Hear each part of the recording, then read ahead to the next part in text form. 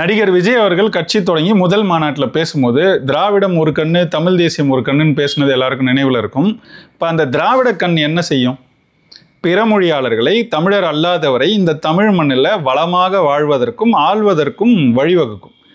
அப்படி ஒரு வழியை தான் இப்போ திராவிடம் விஜயின் வழியாகவும் அமைத்து கொண்டிருக்கிறது.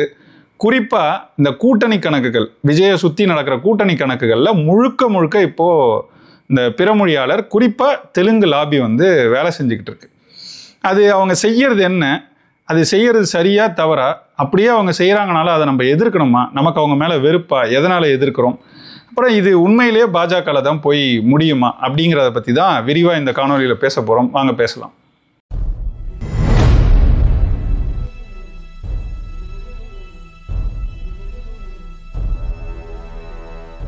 அனைவருக்கும் வணக்கம். நான் ஏற்கனவே பல காணொலிகளில் கேட்டுட்டு வந்தது போல் நிறைய பேர் ஏற்பளிக்கிறீங்க. இருந்தாலும் சொல்கிறேன், அந்த எண்ணிக்கை, அந்த விழுக்காடு 65லேருந்து 67 விழுக்காடு தான். விழுக்காடு வரை இன்னமும் ஏற்பளிக்காதவங்க தான் பார்க்குறீங்க. அப்போ கணக்கு பண்ணிக்கோங்க, 33லேருந்து 35 விழுக்காடு வரைக்கும் தான் ஏற்பளித்தவங்க, சப்ஸ்கிரைப் பண்ணவங்க பார்த்துக்கிட்டு இருக்காங்க. அப்போ இது வரைக்கும் ஏற்பளிக்காதவர்கள் அருளுக்கு ஏற்பளியுங்கள். உங்களுக்கு பிடித்திருந்தால் காணொலிக்கு விருப்பம் தெரிவிங்க, லைக் பண்ணுங்கள்.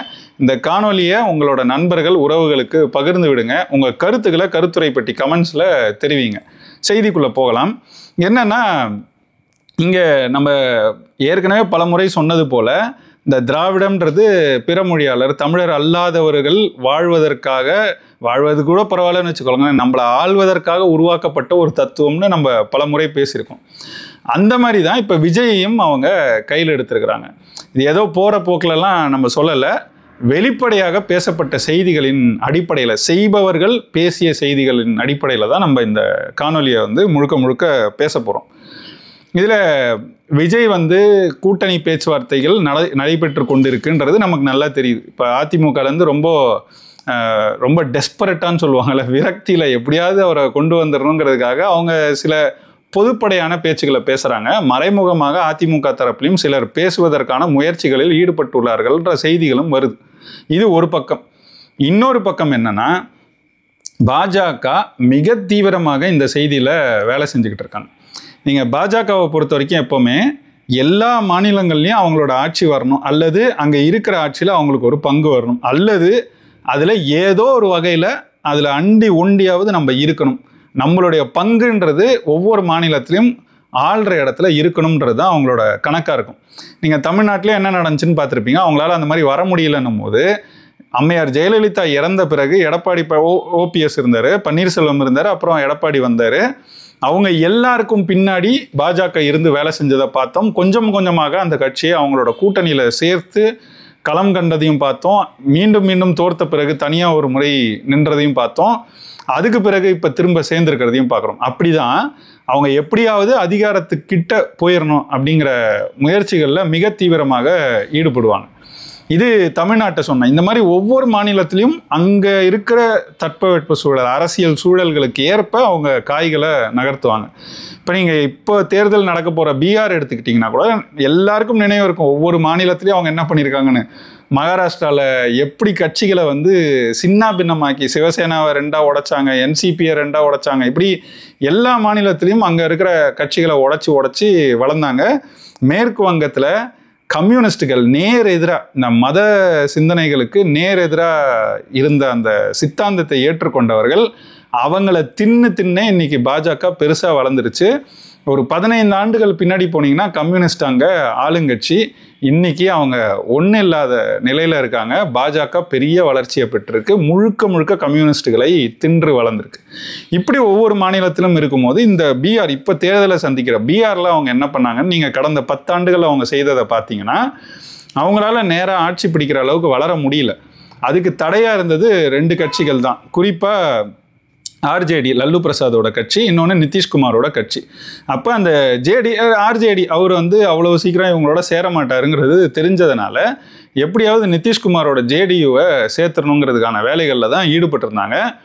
அப்படி தான் அவங்க கொஞ்சமாக அதுக்கான காய்களை நகர்த்துனாங்க. இப்போ நடக்கிற தேர்தலுக்கு முன்னாடி தேர்தலை பார்த்தீங்கன்னா நிதிஷ்குமார் அவ்வளோ அவங்களுக்கு பிடி கொடுக்கல. அப்போ என்ன பண்ணாங்க, அங்கே வந்து ஒன்று நாங்கள் அதிகமாக ஜெயிக்கணும், இல்லைன்னா நீ ஜெயிக்கக்கூடாதுங்கிற ஒரு முடிவுக்கு வந்து சிராக் பாஸ்வான், எல்லாருக்கும் ஞாபகம் இருக்கும், ராம்விலாஸ் பாஸ்வானோட மகன்.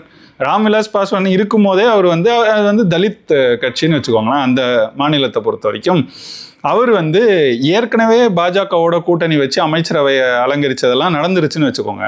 ஆனால் சிராக் பாஸ்வானை நேரடியாக கூட்டணியில் சேராமல் தனியாக நின்று அவரை எதிர்த்து இவங்க ஆட்கள் போடாமல், வேட்பாளர் போடாமல் போட்டியிட்டு அந்த இடத்துலலாம் பெரிய அளவுக்கு ஒரு தாக்கத்தை ஏற்படுத்தி அவங்க கடைசியில் வென்றது ஏதோ சொற்ப தொகுதிகள், 4 தொகுதியோ என்னவோ தான் வென்றாங்க. ஆனால் ஜேடியு வெல்லாமல் பெரிய தாக்கத்தை ஏற்படுத்துகிறாங்க. அதோட விளைவு என்னென்னா பாஜக அதிக இடங்களில் வென்றிருந்தாங்க. அப்படி நடக்கும்போது என்ன ஆச்சுன்னா பாஜகவுக்கு உள்ளபடியே கொஞ்சம் என்ன சொல்கிறது அதிக பங்கு கிடச்சிருச்சுன்னு வச்சுக்கோங்க. அதுக்கு பிறகு ஜேடியுவும் இவங்களோட சேர்ந்து நிதிஷ்குமார் தான் ஆட்சியில் இருக்கார். ஆனால் அதில் வலுவான கட்சிங்கிறது பாஜக. இன்றைக்கும் பார்த்தீங்கன்னா இன்றைக்கி கிட்டத்தட்ட அந்த சிராக் பாஸ்வானியை உள்ளே சேர்த்து இப்போ கூட்டணியாகவே நிற்கிறாங்க. எதிர்த்தரப்பில் தான் நிறைய குழப்பங்கள் இருக்குது, இவங்க தரப்பு ரொம்ப தெளிவாக இருக்காங்க. இப்படித்தான் ஒவ்வொரு மாநிலத்தையும் ஒவ்வொரு மாதிரி காய் நகர்த்தி அங்கே இருக்கிற கட்சிகளை இவங்களோட கட்டுப்பாட்டுக்குள்ளே கொஞ்சம் கொஞ்சமாக, நான் ஏற்கனவே சொன்னது போல் வெளியிலேருந்து வேலை செய்கிறதுக்கு சில ஆட்கள், உள்ளேருந்து வேலை செய்கிறதுக்கு சில ஆட்கள்னு இவங்க வேறு வேறு யுத்திகளை கையாள்வாங்க. அப்படி இப்போ கரூர் சூழலை பயன்படுத்தி விஜயை இவர்களின் கட்டுப்பாட்டுக்குள் கொண்டு வருவதற்கான அனைத்து காய்களையும் நகர்த்தி கொண்டிருக்கிறார்கள் பாஜக தரப்பு. இப்போ என்ன பண்ணிக்கிட்டு இருக்காங்க, ஏன் இதை பற்றி இவ்வளவு பேசணும்னு நினைக்கிறோம் அப்படின்னா, எல்லாருக்கும் நினைவு இருக்கும் பவன் கல்யாண். அவரும் அங்கே ஒரு பெரிய நடிகர், சிரஞ்சீவியோட தம்பியாக இருந்தாலும் அங்கே அவரும் சிரஞ்சீவி காலகட்டத்திலேயே அவரும் பெரிய நடிகராக வளர்ந்தவர் தான். அவர் நடித்த பத்ரியை வந்து விஜய் அவர்கள் தமிழில் ரீமேக் செய்து வெளியிட்டார். ரீமேக்னா இவர் நடித்து வெளியிட்டார். அந்த பத்ரி இங்கே ஓரளவுக்கு ஓடி இருக்கலாம்னு வச்சுக்கோங்க. ஆனால் அங்கே அவர் நடத்தின அந்த கட்சி, அந்த முறை இங்கே எடுபடுமா அப்படிங்கிறத பற்றி தான் இப்போ ஓடிக்கிட்டு இருக்க பேச்சுக்கள். என்னென்னா பாஜக எப்படி விஜய் கிட்ட நேராக வந்து பேசுறது, அதுக்கு சில ஆட்களும் வச்சுருக்கிறாங்க, பேசியிருக்கிறாங்க. பேசின செய்திகளை வந்து பாஜக தரப்பில் மிக மூத்த ஊடகவியலாளர்கள் அல்லது இந்த மாதிரி லாபி பண்ணுறவங்க எல்லாமே பேசியிருக்கிறாங்கன்னு வச்சுக்கோங்களேன். பல பேர் இருக்காங்க. நான் ஏற்கனவே கூட ஒரு காணொலியில் பேசியிருந்தேன். துக்ளக் ரமேஷ் பேசிக்கிட்டு இருக்காரு, பேசின செய்திகள் வந்திருக்குன்னு சொல்கிறாரு. கோலாகலம் சீனிவாசன் ஒருத்தர் இருப்பார், அவர் பேசிக்கிட்டு இருக்காரு. அப்படி இன்னும் நிறைய பேர் இருக்காங்க, பேசிகிட்டு தான் இருக்காங்க. அவங்களாம் பேசின செய்திகள் டெல்லி ராஜகோபால் எல்லாரும் சொல்லிகிட்டு இருக்காங்க. இதெல்லாம் ஒரு பக்கம் இருந்தாலும் பாஜக மறைமுகமாக எப்படி போனால் அவர்கிட்ட அதை ரொம்ப எளிமையாக அவரை அவங்க கட்டுப்பாட்டில் கொண்டு வர முடியும்னு தான் அவங்க கையில் எடுத்திருக்கிற ஒரு காயாக தான் பவன் கல்யாண் இருக்கிறாரு.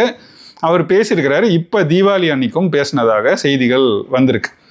என்ன பேசினார்னா, நீங்கள் என் மாடலை பின்பற்றுங்க, நீங்கள் எங்கள் அண்ணன் சிரஞ்சீவி மாடலை பின்பற்றி தனியாக நின்னீங்கன்னா லாபம் உங்களுக்கு இல்லை, நஷ்டம்தான் வரும். அது மட்டும் இல்லாமல் ரொம்ப கடினம், அது தாக்கு பிடிக்க முடியாது.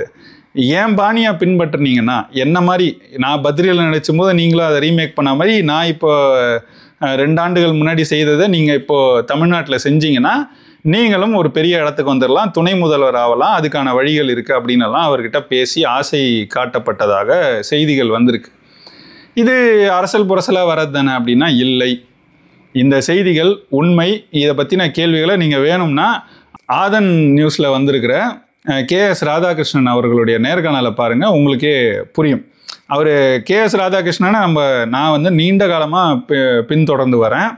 அவர் வந்து அவ்வளவு தீவிரமான அந்த தெலுங்கு ஒரு பக்தர்னு சொல்லணும். ஏன்னா தவறாமல் நாயுடு, நாயக்கர் இந்த சாதியை சார்ந்தவங்களோட நினைவு நாட்களில் ஒரு பெரிய பதிவு அவங்கள பற்றி நினைவு கூறுறதுக்கு. அவங்க யாருன்னே நீங்கள் கேள்விப்பட்டிருக்க மாட்டீங்க, தமிழ்நாட்டில் கூட இருந்திருக்க மாட்டாங்க, எங்கேயோ இருந்திருப்பாங்க, என்ன வேலையோ செஞ்சுருப்பாங்க. அவங்கள பற்றி தமிழில் ஒரு பதிவு எழுதி போடுவார்.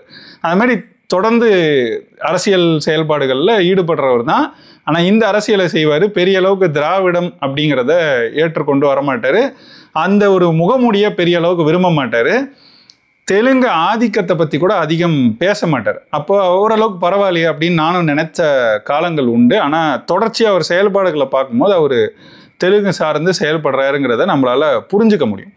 சரி, அது ஒன்றும் தவறு இல்லையா, அவர் இனம் அதை முன்வைத்து அவர் செய்கிறார், அப்படி தான் நம்மளும் அதை பார்த்தோம். அதில் தவறு இல்லை.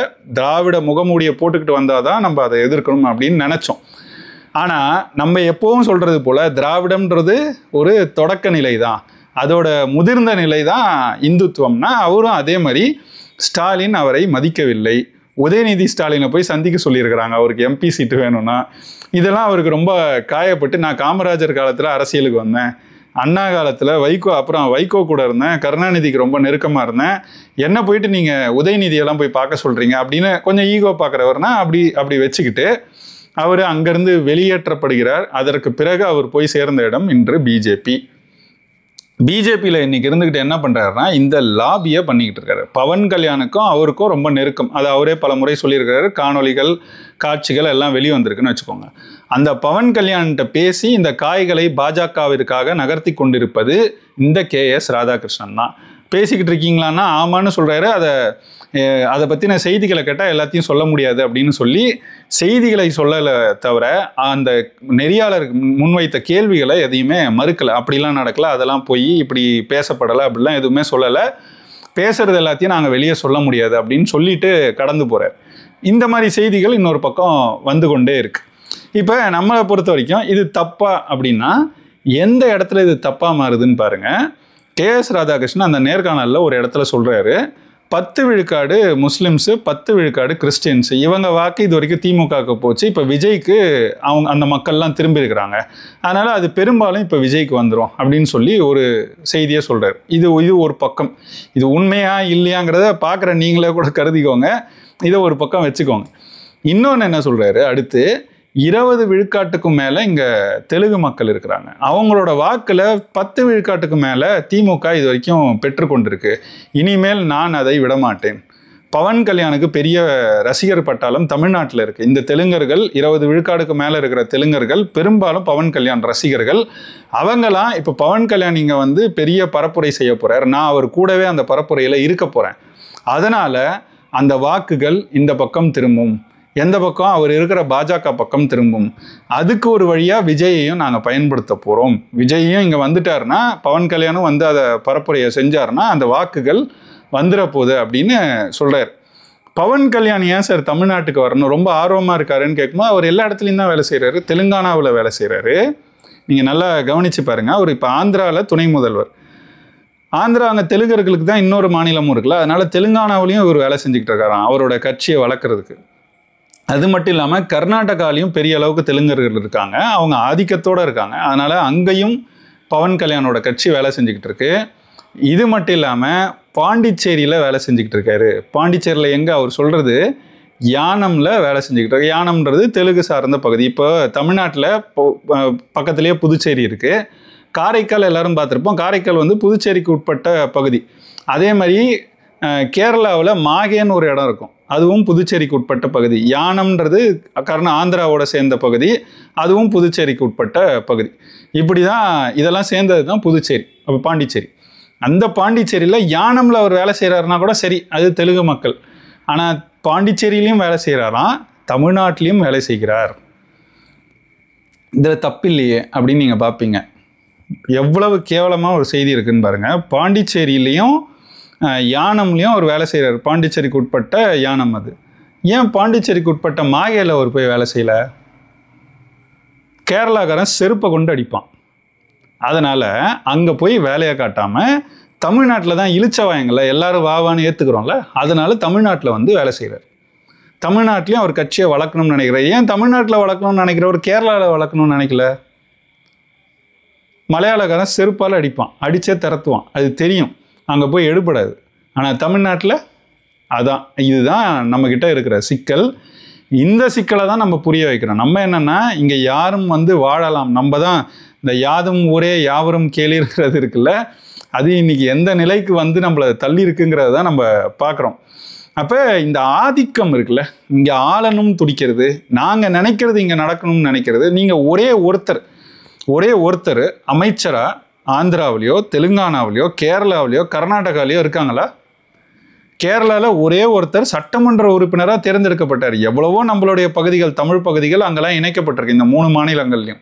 அதில் ஒன்றும் நிறைய பேர் தேர்ந்தெடுக்கப்படுறதில்ல. ஒரே ஒரு தமிழர் தேர்ந்தெடுக்கப்பட்டால் அவங்களும் அங்கே உறுதிமொழி ஏற்கிறத கூட தமிழில் ஏற்க முடியல, எதிர்க்கிறாங்க. சரி, தமிழில் ஏற்க முடியலன்றது சிக்கல்னா, கர்நாடகாவில் பெங்களூரு முழுக்க தமிழர்களோட பகுதி, 90 விழுக்காட்டுக்கு மேலே தமிழர்கள் வாழ்ந்த பகுதி. அங்கே ஒரு தமிழர் கவுன்சிலராக தேர்ந்தெடுக்கப்படுறாருங்க.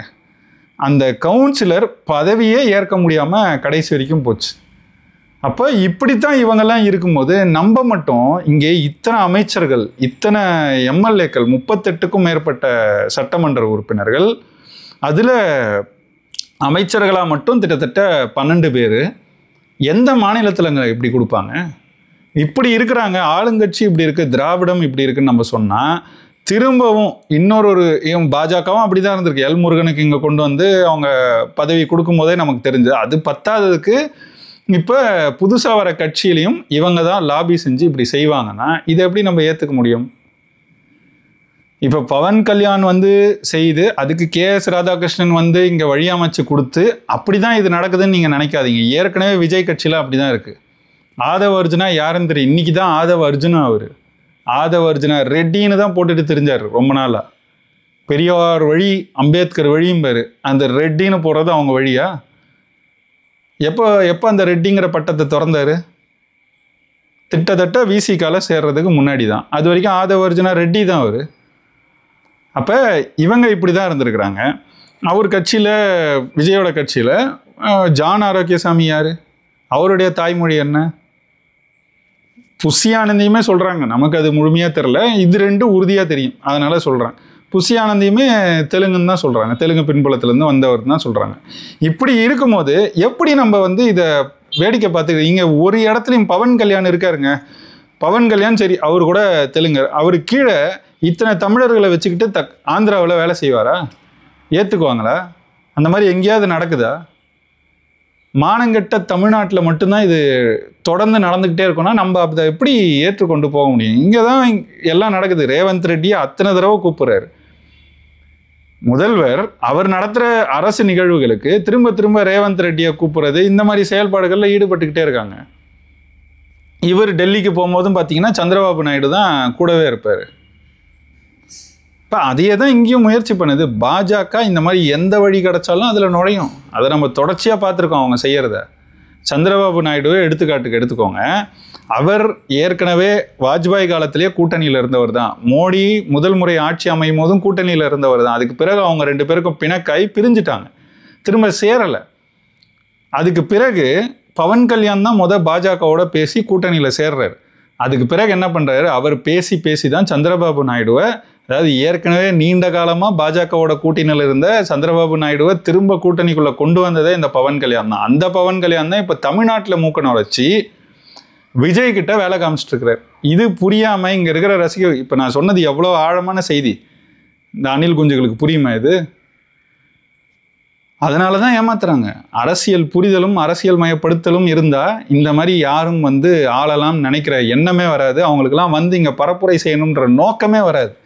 முயற்சியே செய்ய மாட்டாங்க. ஏங்க கேரளாவில் போய் இப்படி ஒரு முயற்சியை செய்வாங்களா? செய்ய மாட்டாங்க. ஏன்னா அங்கே இருக்கிறவன் மலையாளத்தான், செருப்பை கொண்டு அடிப்பான்னு நல்லா தெரியும். அதனால் அதை செய்ய மாட்டாங்க. திரும்ப சொல்கிறேன், நான் சொல்கிற தப்பாக நினச்சிக்கூடாது. நாம் எதிர்க்கிறது ஆதிக்கத்தை தான். இங்கே யாரும் வாழக்கூடாதுன்னு நம்ம சொல்லவே இல்லை. ஆளணும் நினைக்கிறது தான் தவறுங்கிறோம். அதுவும் ஏற்கனவே ஆண்டுக்கிட்டு இருக்கீங்க, இந்த அளவுக்கு ரொம்ப அதிக அளவில் பிரதிநிதித்துவம் இருக்குன்னு சொல்லும்போது நாங்கள் திரும்பவும் 20 விழுக்காடுக்கு மேலே இருக்கிறோம், அந்த வாக்கை வந்து நாங்கள் விஜய்க்கு திருப்போம், பாஜகவுக்கு திருப்போம்னு வந்து பேசிக்கிட்டு அங்கேருந்து பவன் கல்யாண் இங்கேயே நடிகர்கள் வேணான்னு சொல்லும்போது அங்கே இருக்கிற நடிகரை வர கூட்டிகிட்டு வந்து நாங்கள் பரப்புரை செய்வோம்னு சொல்லும்போது இது எரிச்சலை கலப்புதா இல்லையா? இதே ஏதோ நான் தான் சொல்கிறேன்னு நீங்கள் நினச்சிக்கிட்டிங்கன்னா, ஏற்கனவே இந்த புத்தகத்தை பற்றி ஒரு முறை கிட்டத்தட்ட ஓராண்டுக்கு முன்னாடி பேசியிருப்பேன்னு நினைக்கிறேன். பாப்பான் வெல்வது ஏன், தமிழன் தோற்பது ஏன்னு சங்கமித்ராங்கிறவர் எழுதின கட்டுரைகளின் தொகுப்பு. இது யாரோட இதுன்னா, நீங்கள் வண்ணத்தை பார்த்தாலே தெரியும், இது திராவிட இயக்கத்தை சார்ந்தவர். அவர் வந்து ஐயா ஆணைமுத்து தெரியும்ல, ஆணைமுத்து எப்படி தமிழர்லாம் இந்த மீசை வச்ச சோரப்பாண்டியன் கேட்பார்.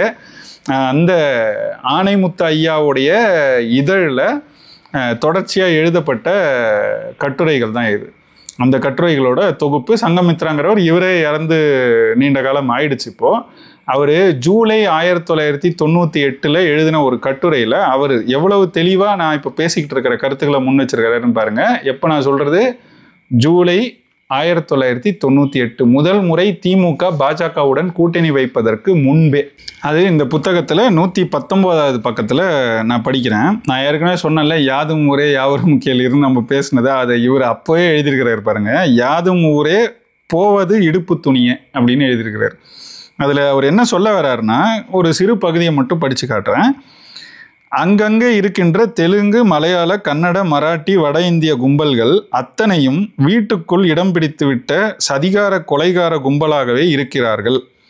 இல்லாவிட்டால் தமிழன் எக்ஸ்பிரஸ், விகடன் பேப்பர் என்றெல்லாம் பாப்பாளர்கள் தமிழ் தொண்டு புரியும் போது, மானங்கெட்ட நாயே, உன் சமஸ்கிருதத்தில் நீ ஆங்கிலத்தை கலப்பதில்லை, பிறகு ஏண்டா தமிழில் மட்டும் கலக்கிறாய் என்று இவர்கள் கேட்க மாட்டார்களா? தமிழன் என்ற பெயரில் ரேஷன் கடைக்கு வரும் மானங்கெட்டவர்கள் தமிழனின் மான மீட்பு போருக்கு ஏன் வருவதில்லை? அதுக்கு அடுத்து ஒன்று சொல்கிறாரு, பக்கென்று பிடிக்கும் பிஜேபி நெருப்பு அப்படின்னு. அதில் என்ன சொல்கிறாருன்னு பாருங்க. இந்த பேராபத்தான உள்ளீடுகளின் வெளிப்பாடு என்ன என்றால், பிஜேபி என்கிற பெயரில் அசல் பார்ப்பனரான நம் எதிரி வெளியே இருந்து உள்ளே நுழையும் பொழுது பக்கென்று இந்த தெலுங்கு, கன்னட, மலையாள, மராட்டி, இந்தி, பஞ்சு, மண்ணெண்ணெய், பெட்ரோல் எல்லாம் பற்றி கொண்டு விடுகிறது. இல்லாவிட்டால் முகவரி இல்லாத பிஜேபிக்கு ஒரு மூதேவி அனுமதி சீட்டு வழங்கிய 3.25 நாழிகையில் 3 எம்பிக்கள் எப்படி முளைக்க முடியும்? இத்தனை லட்சம் ஓட்டுகள் பிஜேபிக்கு எப்படி விழ முடியும்? அவர் என்ன சொல்கிறாருன்னு புரியுதா? யாரை மூதேவின்னு சொல்கிறாருன்னு புரியுதா? 1998 ஜூலை, அதுக்கு முன்னாடி எந்த தேர்தல் வந்துச்சு? அப்போ எந்த மூதேவியை சொல்கிறாருன்னு புரியுதா? அந்த மூதேவி சீட்டு கொடுத்த உடனே, அனுமதி சீட்டுன்னு சொல்கிறது, சீட்டு கொடுத்த உடனே 3 பேர் எப்படி எம்பி ஆவாங்க? எப்படி நடந்துச்சு? யார் அதுக்கான காரணம்? தமிழன்ட்ட அந்த ஆரிய எதிர்ப்புங்கிறது தொடக்கத்துலேருந்து இருக்குது. அவன் இதுக்கு விடவே மாட்டான். அதுலேயும் சோரம் போனவர்கள் உண்டு, சோரப்பாண்டியர்கள் உண்டு. அந்த கட்சி என்ன செஞ்சாலும் ஏற்றுக்கொள்கிற நிலையில் இருப்பாங்க. ஆனால் பெரும்பான்மையாக யாரால் வென்றாங்க? இன்றைக்கும் யாரால் பாஜக வென்று கொண்டு இருக்கு? எந்த தொகுதியில் வெல்றாங்க? அங்கே யார் அதிகமாக இருக்காங்க? அவர் சொல்கிறது தான் நடக்குது. அவர் அன்றைக்கே சொன்னார். எப்போ சொல்லியிருக்கிறாரு? 27 ஆண்டுகளுக்கு முன்னாடி சொல்லியிருக்கிறார். நம்ம இன்னும் உணரலைன்னா யாரோட தவறது? அதுவும் திராவிட கூடாரத்திலிருந்து பெரியார் என்கிற அந்த ஈவேரா குப்பையை ஏற்றுக்கொண்டு பயணித்தவர்களில் ஒருவர் அவரும். அவர் ஆணைமுத்து ஐயாவோட இதழில், பகுத்தறிவாளன் இதழில் எழுதின கட்டுரை தான் அது. அன்னைக்கே சொல்கிறாங்க, இதை நம்ம பேசினா இவங்கெல்லாம் இன வெறுப்பு பேசுகிறாங்கன்னு சொல்ல வேண்டும். நம்ம இன வெறுப்பு பேசலைங்க, நம் இனம் வாழணுங்கிற பற்றில் பேசுகிறோம். எங்கள் இனத்தை வாழ விடுங்க, எங்களுக்கு இருக்கிறது ஒரே ஒரு நிலம் தான், உங்களுக்கு பல நிலங்கள் இருக்குது, எங்களுக்கு ஒரே நிலம் தான் இருக்குது, ஒரே அதிகாரம் தான் இருக்குது, அந்த அதிகாரமும் எங்ககிட்ட இல்லை, அதுக்காக பிச்சை எடுத்துக்கிட்டு இருக்கிறோம். அப்போ அந்த இடத்துல திரும்ப திரும்ப நாங்கள் ஆதிக்கத்தை செலுத்துவோம் அப்படின்னா அது அத்துமீறல். இது நம்ம திரும்ப திரும்ப சொல்கிறோம். இந்த திராவிடம்னு இவங்க பேசிக்கிட்டு பிறமொழியாளர்களின் ஆதிக்கத்தை நார்மலைஸ் பண்ணுறது இருக்குல்ல, இங்கே கொண்டு இயல்பாக்குறது இருக்குல்ல, அது கடைசியில் கொண்டு போய் வலு சேர்ப்பது பாஜகவிற்கு தான். பாஜகவை கால் ஊன்றாமல் தடுக்கிறது திராவிடம். ஆரியத்துக்கு எதிரானது தான் திராவிடம் சொல்லுவாங்க. கடைசியில் திராவிடத்திலேருந்து ஒவ்வொருத்தராக போய் சேர்ற இடம் பாஜக. விபி துரைசாமி துணை பொதுச் செயலாளர், கிட்டத்தட்ட 3வது நிலை பொறுப்பது திமுகவில். அவ்வளவு ஆண்டுகள் இடம் கொடுத்தாங்க. எங்கே போய் சேர்ந்தாரு? பாஜக. நீங்கள் ஒரு பெரிய பட்டியல் போட்டு நம்ம வாசிக்க முடியும் யாரெல்லாம் இங்கேருந்து அங்கே போயிருக்கிறாங்க. இந்த திராவிட கட்சிகள்லேருந்து பாஜகவுக்கு போயிருக்காங்க. இல்லைனா பாஜக இன்னைக்கு இவ்வளோ பெருசாக இருக்குமா? இன்னைக்கு இருக்கிற மாநில தலைவர் யார்? நயினார் நாகேந்திரன். எந்த கட்சியில் இருந்தவர்? அதிமுகவில் இருந்தவர். அங்கே போயிருக்கிறார். இப்படித்தானே அவங்க வளர்ந்துருக்கிறாங்க. கொஞ்சம் கொஞ்சமாக எல்லாரையும் உள்வாங்கி உள்வாங்கி உள்வாங்கி தான் அவங்க வளர்றாங்க. அப்போ இது எல்லாத்தையும் வழி விட்டுட்டு தமிழன் இப்படி வேடிக்கை பார்த்துட்டே இருந்தால் என்னைக்கு அரசியல் அதிகாரத்தை அடைவது? அதனால தான் சொல்கிறோம், விஜய் இதை செய்வார் அப்படின்னு நம்ம முன்னுணர்ந்து தான் விஜயெல்லாம் நம்பக்கூடாது. கமலஹாசனை எப்படி நம்பக்கூடாதுன்னு சொன்னோமோ, ரஜினிகாந்த் வந்துடவே கூடாதுன்னு சொன்ன. ரஜினிகாந்த் கூட நம்ம வேற ஒரு காரணம் சொன்னோன்னு வச்சுக்கோங்க. அவர் முழுக்க முழுக்க பாஜகவோட தான் வந்தார். ஆனாலும் அவருக்கு அவருக்கு இங்கே ஆள்றதுக்கான உரிமை கிடையாதுன்னு சொன்னோம். ஆனால் கமலஹாசனுக்கும் விஜய்க்கும் நம்ம சொன்னது, அவங்க வெறும் நடிகர்கள், அதனால் வரக்கூடாதுன்னா வெறும் நடிகர்களாக இருந்தனால் வரக்கூடாதுன்னு சொன்னோம். விஜயகாந்த் மாதிரி ஓரளவுக்கு அரசியல் படுத்தப்பட்ட அரசியல் கட்டமைப்பை உருவாக்கி கொண்டு வந்தாங்கன்னா கூட நம்ம தத்துவமாக எதிர்க்கலாம். ஆனால் வரவே கூடாதுன்னு சொல்ல மாட்டோம். விஜய்கிட்ட அதான் நடக்குது. அது ரொம்ப பொலன்னு இருக்குது அவரோட அரசியல் கட்டமைப்பு. அதனால தான் யார் வேணால் கையில் எடுத்துக்க முடியுது. அதிமுக கையில் எடுக்குது, பாஜக கையில் எடுக்குது, காங்கிரஸ் நட்பு பாராட்ட விரும்புது. இதெல்லாம் என்ன தமிழர்களோட வாழ்வியலுக்காக வாழ்வாதாரத்துக்காக நிற்கிற கட்சிகளா? தமிழ் தேசியம் ஒரு கண்ணுன்னு சொன்னால் உண்மையிலேயே தமிழ் தேசிய கூறுகள் ஏதாவது ஒன்று இருந்தால் இன்றைக்கி நடக்கிற காட்சிகள்லாம் நடக்குமா? அதுக்கான வாய்ப்புகள் இருக்குமா? இன்றைக்கி உட்காந்து KS ராதாகிருஷ்ணன் இப்படி பேசுவாரா? அதுக்கான வாய்ப்பை ஏற்படுத்தி கொடுத்தது யார்? விஜயா? வேற யாரோவா? வேற யாரோ ஏற்படுத்துகிறாங்கன்னா அது எதுக்கு விஜய் வேடிக்கை பார்த்துட்டு இருக்கிறாரு? மறுப்பை முதலே கொடுத்துருக்கணும்ல. பாஜக தரப்புலேருந்து பேசுகிறாங்கன்ற செய்திகள் வரும்போதே நாம் யாரோடும் பேசவில்லை, இன்னும் சொல்கிறோம் நான் தான் முதலமைச்சர் வேட்பாளர், வெளியிட வேண்டியதானே ஒரு அறிக்கையை, ஒரு ட்வீட் போட வேண்டியதானே. ஒரே ஒரு லைனுங்க, 2026 தாவேகா தலைமையில் தான் போட்டியிடுகிறோம், தனித்தே போட்டியிடுகிறோம், யாருடனும் கூட்டணி இல்லை, அல்லது விஜய் தான் முதல்வர் வேட்பாளர் போட வேண்டியதானே. அவங்க பேச்சாளர்கள் யாராவது ஒருத்தர் போட வேண்டியதானே. யாராவது போட்டாங்களா இது வரைக்கும்? இத்தனை பேச்சுகள் நடக்குது, யாருமே மறுக்கலை. அப்போ இதுலேருந்து நம்ம என்ன புரிஞ்சுக்கணும்? அதை தான் புரிஞ்சுக்கிறோம். இதனால் நம்ம விஜய்க்கு என்ன சொல்ல விரும்புகிறோம்னா, பவன் கல்யாண் நடித்த பத்ரியை நீங்கள் ரீமேக் பண்ணிங்கன்னா ஓடும் விஜய், தமிழ் மக்கள் அதை கூட பார்ப்பாங்க. ஆனால் பவன் கல்யாண் செய்கிற அரசியலை ரீமேக் பண்ணணும்னு நினச்சிங்கன்னா செம்ம அடி வாங்குவீங்க.